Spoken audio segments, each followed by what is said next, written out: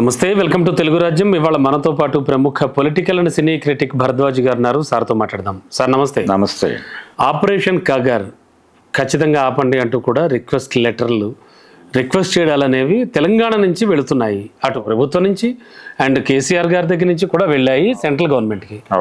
But comparatively అంటే ప్రతి విషయాల్లో కంపారిజన్ అనేది ఖచ్చితంగా వస్తుంది తెలుగు రాష్ట్రాల మధ్య, ఎవరు ఎన్ని అనుకున్నా ఏం చెప్పినా కూడా. ఈ నేపథ్యంలో ఏపీ నుంచి అసలు ఎందుకు అలాంటి లెటర్ వెళ్ళలేదు? ఒకవేళ అలాంటి రిక్వెస్ట్లు వెళ్ళినా మనకేమన్నా తెలియట్లేదా? నవేడేస్ అంతా ఓపెన్గా ఉంది. బట్ జగన్మోహన్ రెడ్డి ఖచ్చితంగా ఒక లెటర్ రాయడమో లేకపోతే ఒక రిక్వెస్ట్ పెట్టడమో, ఈ ఆపరేషన్ కాగార్ ఆపండి అంటే ఈ నక్సలైట్ల ఏరివేత కార్యక్రమం అనేది ఆపండి అంటూ అమిత్ షా గారికి ఒక లెటర్ ఎందుకు రాయలేకపోతున్నారు? అటు ప్రభుత్వంలో ఉన్న కూటమిలో ఉన్న చంద్రబాబు నాయుడు గారు ఆల్రెడీ ఉండటం వలన ఆయన రాసే అవకాశం. ఓకే, పోనీ అలా చూద్దాం. జగన్మోహన్ రెడ్డి గారు రాయాలి కదా, ఏం జరుగుతుంది అసలు? జగన్మోహన్ రెడ్డి రాసే పరిస్థితుల్లో లేడు అనేది నా పర్సనల్ ఒపీనియన్. ఎందుకు సార్? ఎందుకంటే ఆయన కూడా కూటమి ప్రభుత్వం మీద లేకపోతే జాతీయ స్థాయిలో కేంద్ర ప్రభుత్వానికి ఇబ్బంది కలిగించేటువంటి ప్రకటనలు చేసేటువంటి పరిస్థితుల్లో ఆయన లేడు. ఆయన లేకపోవడం వలన ఇలాంటి విషయాల్లో అంటే కేసీఆర్ స్పందించినంత బోల్డ్గా స్పందించేటువంటి కండిషన్లో జగన్మోహన్ రెడ్డి లేడు. ఎందుకు లేడు అంటే ఆయనకున్నటువంటి కేసులు, వాళ్ళతో ఉన్నటువంటి ఇబ్బందులు, అంటే వ్యతిరేకంగా వెడితే ఫేస్ చేయాల్సినటువంటి కండిషన్స్ ఏముంటాయి. ప్రభుత్వం కూడా లేదు, 11 సీట్లు వచ్చాయనే ఫీలింగ్ అంతే. అంటే ఎందుకు వచ్చిన గొడవ, అనవసరంగా ఇబ్బందికరమైనటువంటి పరిస్థితులు కొని తెచ్చుకోవాల్సినటువంటి అవసరం ఉందా? ఆయన ఉద్దేశం ఏంటంటే ఇప్పటికీ చాలా స్పష్టంగా కనిపిస్తున్నటువంటి ధోరణి, బీజేపీ అనుగ్రహంతోనే తనకు తిరిగి అధికారం వస్తుంది అనుకుంటున్నాడు ఆయన. బీజేపీ అనుగ్రహిస్తుంది ఏదో ఒక రోజున, ఆ అనుగ్రహంతోనే తనకు అధికారం వస్తుంది అనుకుంటున్నాడు తప్ప తన ప్రయత్నం ఉండాలి అనేది అనుకోవడం లేదు.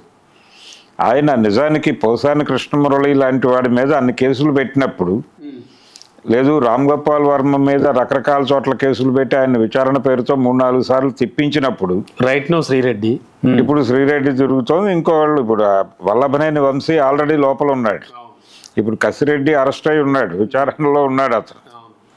ఇవన్నీ జరుగుతున్నప్పుడు అలాగే భారతీరెడ్డి మీద చాలా దారుణమైన ఆరోపణలు చేసినటువంటి కిరణ్, అతన్ని అరెస్ట్ చేశారు. ఓకే, కానీ ఇది కిరణ్ మాట్లాడాడు. కానీ కిరణ్ మాట్లాడటం కంటే ముందు ఎన్నికల్లో తెలుగుదేశం పార్టీని భుజాన వేసుకుని మోసినటువంటి సోషల్ మీడియా ప్లాట్ఫామ్స్లో అనేక స్కిట్లు ప్రసారమైనాయి జగన్కి వ్యతిరేకంగా.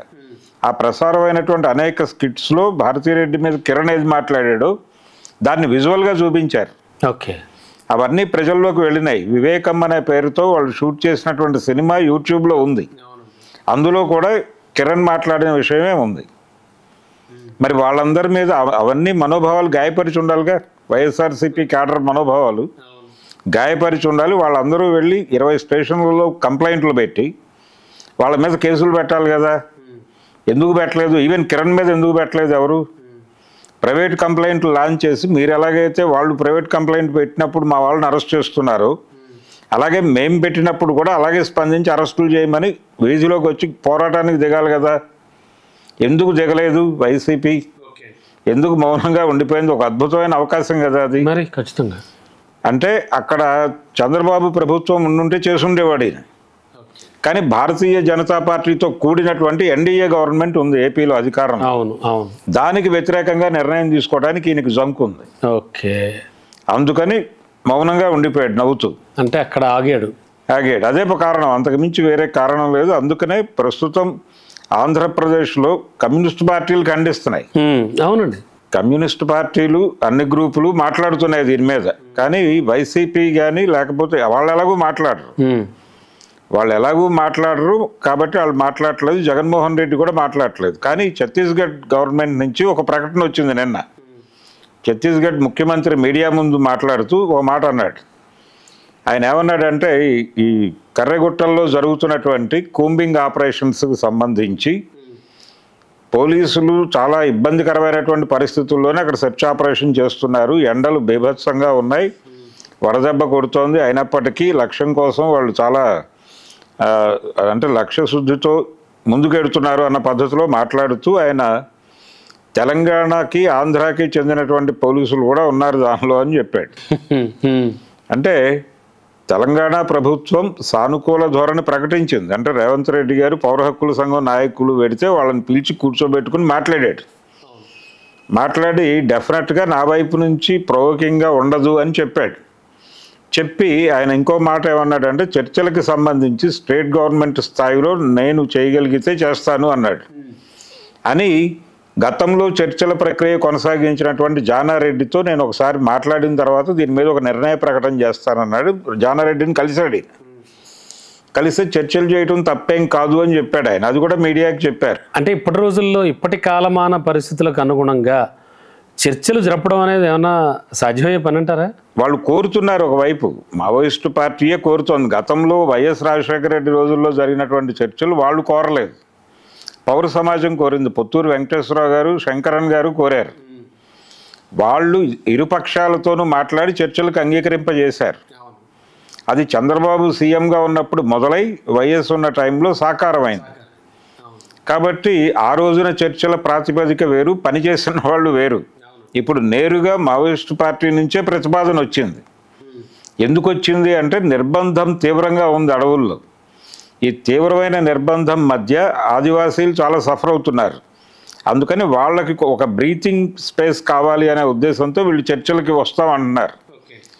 చర్చలకి మేము సీజ్ ఫైర్ ప్రకటిస్తున్నామని కూడా చెప్పారు వాళ్ళు. మేము కాల్పులు జరపము, ఆయుధాలు వాడము అని చెప్పారు. ఈ చర్చలు, ఈ ఆపరేషన్ కగార్ ఆపాలి అనేటువంటి ప్రోగ్రాము, ఈ రెండిటి కోసం చర్చించుకోవటానికి, అంటే అలాగే పార్టీని ఎలా ముందుకు తీసుకెళ్ళాలి అనేది మాట్లాడుకోవడానికి కర్రగుట్టల్లో సమావేశం అయ్యారు. ఆ ఇన్ఫర్మేషన్ తెలుసుకుని అక్కడ వీళ్ళందరూ అంటే ఈ కూంబింగ్ ఆపరేషన్ అక్కడ ప్రారంభమైంది. ఇది జరుగుతున్నటువంటి వ్యవహారం. ఛత్తీస్గఢ్ సీఎం చెప్పడం 5 క్యాజువాలిటీస్ జరిగినాయని చెప్తున్నాడు ఆయన. 5గురిని చంపేయడం జరిగింది అని.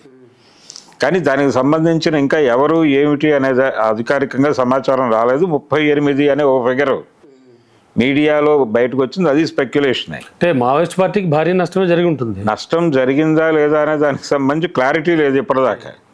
అయితే ఇక్కడ ప్రభుత్వం వాంటెడ్గా, సెంట్రల్ గవర్నమెంట్ వాంటెడ్గా ఒక కన్ఫ్యూజన్ క్రియేట్ చేస్తోంది. అదేంటంటే వెరీ ఫస్ట్ డే, 9వ రోజు, వెరీ ఫస్ట్ డే అక్కడ మందు పాత్రలు పెట్టారు. చుట్టూ మందు పాత్రలు పెట్టాము మేము, ఎవరైనా వస్తే పేలిపోతారు జాగ్రత్త అని మావోయిస్టు పార్టీ పేరుతో ఒక ప్రకటన వచ్చింది. ఆ ప్రకటన మేము ఇవ్వలేదు అని తర్వాత పార్టీ ప్రకటించింది. ఆ ప్రకటన పోలీసులే ఇచ్చారు. ఓకే, వీళ్ళు అలా కన్ఫ్యూజన్ క్రియేట్ చేస్తున్నారు ఆ ఇన్సిడెంట్ మీద. ఆ కన్ఫ్యూజన్ క్రియేట్ చేస్తూ ఆ కన్ఫ్యూజన్ నేపథ్యంలో వెళ్ళి వాళ్ళని చంపేయాలనేది ప్రోగ్రాం. అంటే అమిత్ షా గారి వ్యూహం చాలా స్పష్టంగా అర్థమవుతూనే ఉంది. అదేంటంటే ఆయన చర్చలను అంగీకరించే మూడ్లో లేడు. ఇప్పుడు అక్కడ ఆదివాసీల్ని సరెండర్ చేసుకుంటున్నామని చెప్తున్నాడు ఆయన. ఆదివాసీల్ని సరెండర్ చేసుకోవటం ఏమిటి అనేది ఆశ్చర్యకరమైన విషయం.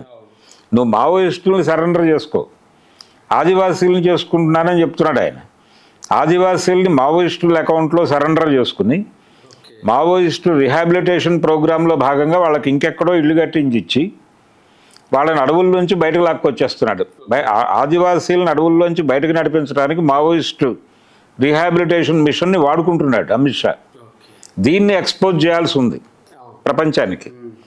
రెండో వైపు అసలు మావోయిస్టు పార్టీ జనజీవన స్రవంతిలో కలిసిపోతానని చెప్పినా వినడానికి సిద్ధంగా లేడు ఆయన. సిద్ధంగా లేడు అంటే భౌతికంగా వాళ్ళు ఉండకూడదు, అసలు ఆలోచన అనేది ఉండకూడదు. వాళ్ళు స్ట్రైట్ అవే మావోయిస్ట్ పార్టీని షట్ డౌన్ చేయాలి, లేదు భారతీయ జనతా పార్టీలో విలీనం చేయాలి. అది ఆ రెండిట్లో ఏది జరిగినా ఆయన అంగీకరిస్తారు తప్ప మేము ప్రత్యేకంగా ఉంటాం. రెండోది ఏదో కొత్తగా ఉంది, అసలు ఎక్కడ వినలేదు. ఓకే, అంటే అలాంటి ప్రతిపాదన కోరుకుంటున్నాడు ఆయన. అంటే మొత్తం భారత సమాజంలో అన్ని పార్టీలని, అన్ని శక్తుల్ని లొంగ తీసుకోవటం అనే వ్యూహం నడుస్తోంది. రెండోది మిగిలిన వాళ్ళని, అంటే కాంగ్రెస్ పార్టీ ఉనికి ఉండాలి కానీ లొంగి ఉండాలి. అలాగే ముస్లిం ఆర్గనైజేషన్స్ వాటి ఉనికి ఉండాలి, లొంగి ఉండాలి. ఆంధ్రప్రదేశ్లో జగన్మోహన్ రెడ్డి ఉండాలి కానీ లొంగి ఉండాలి. ఓకే ఓకే, అంటే చంద్రబాబు అనేటువంటి పేపర్ లేవకుండా ఆ పేపర్ మీద వెయిట్గా జగన్మోహన్ రెడ్డి ఉండాలి. ఇలా మొత్తం భారతదేశంలో రాజకీయ వ్యవస్థ అంతా తమకు అదుపులో ఉండాలి, కంట్రోల్లో ఉండాలన్న పద్ధతిలో వాళ్ళ డిజైనింగ్ నడుస్తోంది. ఈ డిజైనింగ్ లోపలికి వచ్చేయాలి వాళ్ళు మావోయిస్టులు. వాళ్ళు ప్రత్యేకంగా మేము మావోయిస్టు పార్టీగా ఉంటాము, మేము లీగల్గా పనిచేస్తాము, ఆయుధాలు పక్కన పెట్టేసి మేము లీగల్గా వచ్చి మామూలుగా మిగిలిన రాజకీయ పార్టీలాగా ఉంటాము అన్నా కానీ అంగీకరించడానికి సిద్ధంగా లేడు ఆయన. అందుకని ఈ యుద్ధం జరుగుతుంది. ఆయన చాలా ఓపెన్గానే ఒక మాట చెప్పాడు, ఆఖరి మావోయిస్టుని హత్య చేసే వరకు ఈ కగార్ ఆపరేషన్ ఆగదు అని చెప్పాడు చాలా స్పష్టంగా. Okay okay. అందుకని ఈ ఏరియాలో మాట్లాడటం అనేది రిస్క్ అవుతుంది అనే ఉద్దేశంతో ఆయన మాట్లాడలేదు జగన్మోహన్ రెడ్డి. ఓకే. జగన్మోహన్ రెడ్డికి తెలుసు చాలా స్పష్టంగా, ఆయన చుట్టుపక్కల ఉన్న వాళ్ళందరికీ తెలుసు, దీని మీద మాట్లాడితే కేంద్ర ప్రభుత్వాన్ని స్ట్రైట్గా అటాక్ చేసినట్టు అవుతుంది. ఎందుకు అనవసరంగా కేసీఆర్కి ఆ ఇబ్బంది లేదు, కేసీఆర్కి ఆ ఇబ్బంది లేదు. అందుకని ఆయన ఓపెన్గా ఒక మాట అనేసాడు మొన్న వరంగల్ వేదికగా, ఆపరేషన్ కగారు అలాగే మీరు ఈ ఏరివేత కర్రెగొట్టల మీద దాడి, ఇది నిర్మోహమాటంగా ప్రజాస్వామ్యాన్ని అపహాస్యం చేయటమే, కాబట్టి ఇమ్మీడియట్గా ఆపండి, వాళ్ళు చర్చిస్తాం అంటున్నారు, చర్చలకి ముందుకు వెళ్ళండి అని చెప్పి మాట్లాడాడు ఆయన. రేవంత్ రెడ్డి గారు కాంగ్రెస్ పార్టీ కాబట్టి ఆయన అదే మాట్లాడాడు. కానీ ఆయన మాట్లాడటం అయితే మాట్లాడాడు, కానీ ఆచరణలో తెలంగాణ పోలీసులు కూడా ఉన్నారు అక్కడ. ఓకే. ఇప్పుడు ములుగు ఏరియాలో ఉంది, ములుగు పోలీసు ఉంది అక్కడ. అలాగే ఏపీకి టచ్ అవుతుంది, ఏపీ పోలీసులు ఉన్నారు. అది ఛత్తీస్గఢ్ సీఎం చెప్పేదాకా ప్రపంచానికి తెలియదు. ఓకే. కాబట్టి ఒక కంట్రోల్డ్ రాజకీయం నడుస్తోంది దాని చుట్టూ. ఒకవైపు ఇక్కడ ప్రభుత్వమే ఉగ్రవాదిగా వ్యవహరిస్తోంది.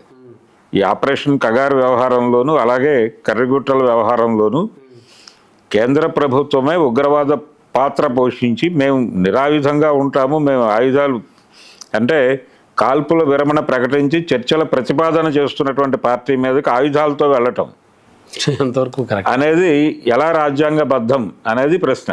ఓకే అండి.